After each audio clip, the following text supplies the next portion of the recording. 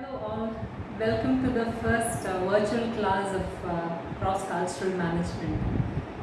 Yes, it would have been great if we had the first introductory class meeting each other after a very long time. But then, yes, things happen for the better.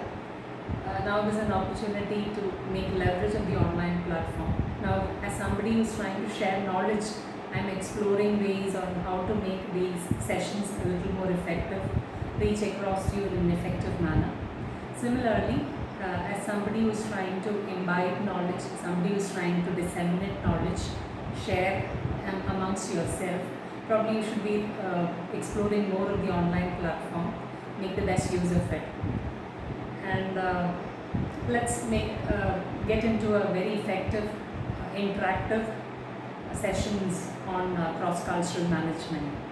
Now, in this class, I'm not going to talk to you regarding the reference books, what is the subject code like.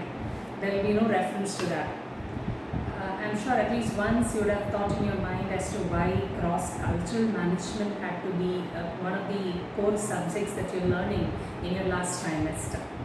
Now, in this session, in this introductory session, we are going to do exactly that. We are going to have an understanding as to why cross-cultural management is so very important, especially for a person who is going to take up a entrepreneurial position, or a person who is trying an entrepreneurial venture, somebody who would be heading an organization very soon in the long run. So as to why cross-cultural management has got a lot of significance. So I'll be telling you the significance of cross-cultural management not in terms of some high-funder theories. I'll be sharing some stories regarding organizations. Yes, you heard it right. We are going to listen to some stories as to how culture had an impact on the success or failures of this organization. And at the end of the session, let us try to have an analysis and understand whether learning this particular subject would bring in a competitive edge as budding entrepreneurs or as budding managers. So are you all set? Shall we start?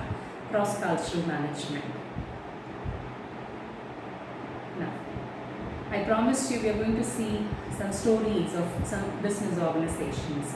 Now, the first story that I'm going to narrate to you is about Walt Disney. Walt Disney, the Disneyland Paris.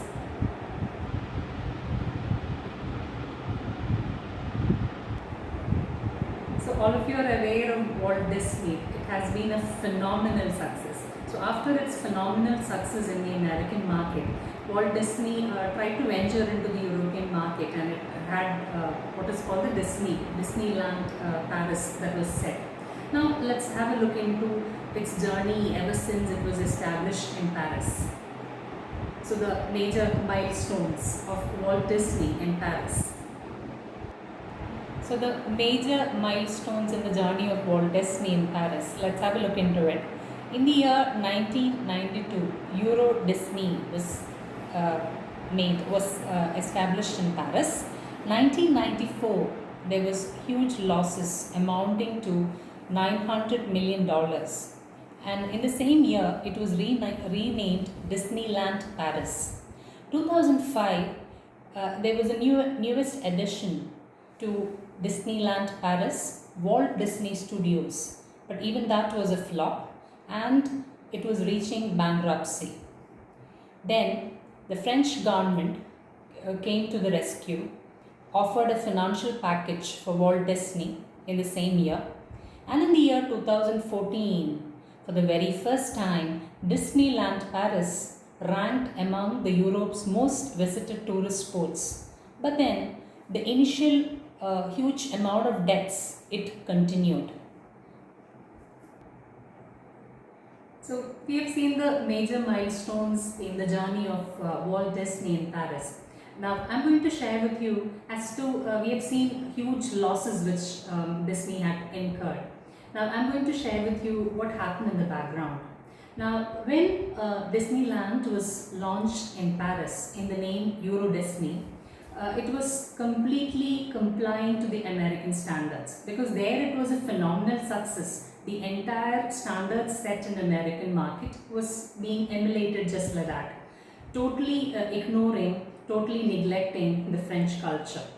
And there were three prominent problems. The first one being the restaurant or the lounge, this restaurant capacity was limited, very similar to the American standards. The American culture, where people are used to fast food restaurants, they would prefer to stand, have food fast and then move out.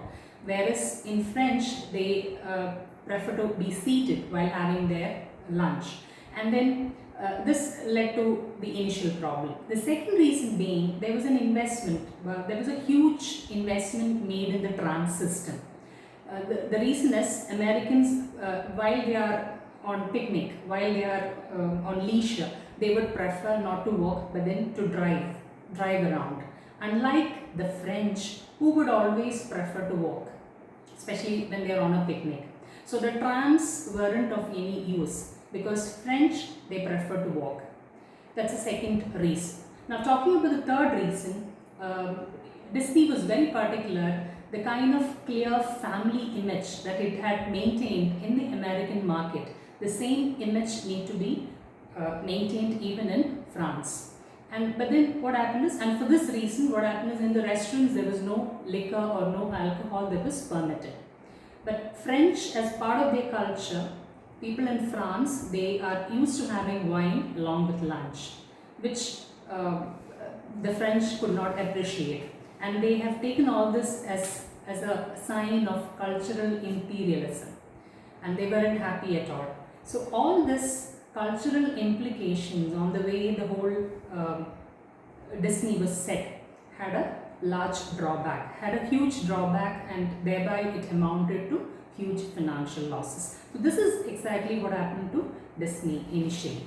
And later on, they were trying to slowly, they understood this is a root cause and they have come out of these problems. Now, I'm going to share with you yet another story, story number 2. Now, this story is regarding Walmart's entry into Germany. Let's have a look on to the milestones. The second story, Walmart in Germany. So, the major milestones of Walmart in Germany. Walmart entered into Germany, acquiring 21 hypermarket stores from Wertkopf, a German retailer. Then in the year 1998, it acquired further 74 more hypermarket stores from Interspar, again a German retailer. In the year 2002, Walmart got into serious trouble. Now the serious trouble came in terms of trade union walkout, which amounted to a lot of negative publicity. Then German employees went on a 2-day strike regarding the norms and regulations being adopted by Walmart. The German Supreme Court verdict on Walmart regarding its EDLP, everyday low pricing policy strategy, and then it was also accused of violating the German Commercial Act. Next, in the year 2005, there was a comment from CEO of Germany's retailer Metro. Now, Metro is a prominent retailer, German retailer. So, there was a comment from CEO regarding the rules or regulations of Walmart without looking into the German culture. And in the year 2006, it announced the closure of its operations. Now, let me tell you what happened in the background. Now, when Walmart entered into Germany, again, there wasn't a proper study of the German culture was not conducted. Now, like in the American market, Walmart believed even the Germans would love to be greeted right at the entrance. So there was somebody there to greet every customer who walks into a Walmart store in Germany, which the Germans found to be quite intrusive, and they felt it is a waste of money to employ somebody just to be there to greet you, because Germans are very, very particular on how the funds are being spent. And another phenomenon or another norm of Walmart which led to a lot of controversy is the 10 feet rule. Now, the 10 feet rule of Walmart is an employee, if he or she happens to come within 10 feet of a customer, he or she is supposed to be asking the customer, Ma'am, sir, are you alright? Is there some requirement? Interact with the customer and find out if there is a requirement, which the Germans did not approve of. They found it to be an intrusion into their privacy. And the kind of culture that is being maintained by Walmart is very formal, and they expected the German employees who are employed in a Walmart outlet in Germany to be quite formal to each other, maintain formal relationships. Now that Germans, the employees there felt they are trying to impose American culture on them, and so that is the third reason. Then so all this cultural implications and lack of understanding of the exact German culture led to the downfall of Walmart in Germany. So this is actually what happened in the background. Now we move on to yet another interesting story regarding cross-cultural implication. The third story being on the merger of Daimler and Chrysler. Daimler-Chrysler. So now the Daimler-Benz Chrysler merger. So this is the next story that I'm going to narrate to you. Now first we look at the major milestones.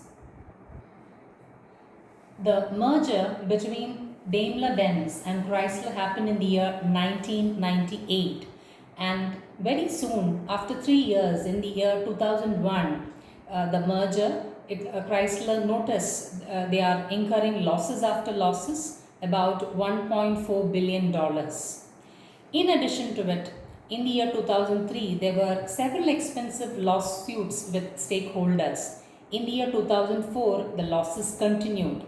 In 2007, Chrysler was sold to a private equity firm in New York. In the year 2009, strategic alliance between the Italian Fiat and Chrysler was formed. Later in 2014, Italian Fiat takes over the complete control of Chrysler LLC. So in the merger, I'm going to share with you an interesting story as to what happened in the background. Now what happened is, when the merger was formed, Daimler-Benz had 51% stake. And in the meetings, while the meetings were conducted, the German managers, they were used to talking in German, which the Americans could never understand. So all official meetings naturally were done in German language, where the Americans felt the Germans are trying to overpower them because they have a majority stake. It was understood in that sense. And moreover, the basic organizational culture of both the organizations were totally different, because Chrysler had a outward looking, quite informal sort of a work atmosphere, unlike the hierarchical, conservative, rigid structure, organizational culture of Daimler-Benz. So this led to a lot of conflict, and ultimately the merger did not work out. So I have already shared with you what has happened to Chrysler thereafter. So we are going to sum up today's class by sharing a common factor in all the three stories that we have just seen. Now when you take the case of Walmart, when you take the case of Disneyland Paris, when you take the case of Daimler-Chrysler merger, there is a common factor. There are actually two common factors. The first common factor being ethnocentrism. I repeat, ethnocentrism. Now what is ethnocentrism? A feeling that one's attitudes or one's beliefs, one's customs, one's practices are the right, is the right one, or it is universally accepted. It is something which is superior, so it could be universally accepted. So that is the feeling with which Disney was launched in Paris. That is the feeling with which Walmart entered into Germany. And that is the same sort of feeling that was there in both in Daimler and in Chrysler when this merger was formed. So that is ethnocentrism. I repeat, ethnocentrism is the feeling of superiority, where they feel one's own beliefs, values, customs, traditions are superior to somebody else. So that was the first common factor, ethnocentrism. The second common factor is SRC. SRC stands for self-reference criterion. So self-reference criterion means anytime somebody is trying to undertake something new, they are always using their own culture as a yardstick for measurement, their own practices as a yardstick for measurement. That is what is meant by self-reference criterion. Now that is exactly what happened to Walmart when they implemented the 10 feet rule, or that is exactly what happened to Disney when they tried to have limited seating capacity in the restaurants. So this is what is meant by self-reference criterion, referring to one's own values, beliefs and attitudes as yardsticks before undertaking something. So that is self-reference criterion. Now you might be wondering as to why these biscuits are shown as a depiction for self-reference criterion. Now which biscuits are they? From the image, I'm sure you have already identified Oreo biscuits. Now there is a specific reason as to why I have included this particular image. Let me share that story and wind up today's class. Now when Oreo was launched in the Chinese market, it didn't do well because Chinese were not used to this sort of sugary creamy biscuits. So this factor was ignored and it was extensively launched in the Chinese market, and it couldn't have an upper hand in the Chinese market for this particular reason. So again, that is an example of cross-cultural management. So now, having listened to all these three stories, I believe that you are convinced about the importance of learning this particular subject, cross-cultural management. So have an understanding of the various concepts that we just learned, revise it until I get back to you with yet another very interesting topic, along with a strong narration about a beautiful story revolving around it. Wishing you the very best. Stay safe, stay back at home. Thank you.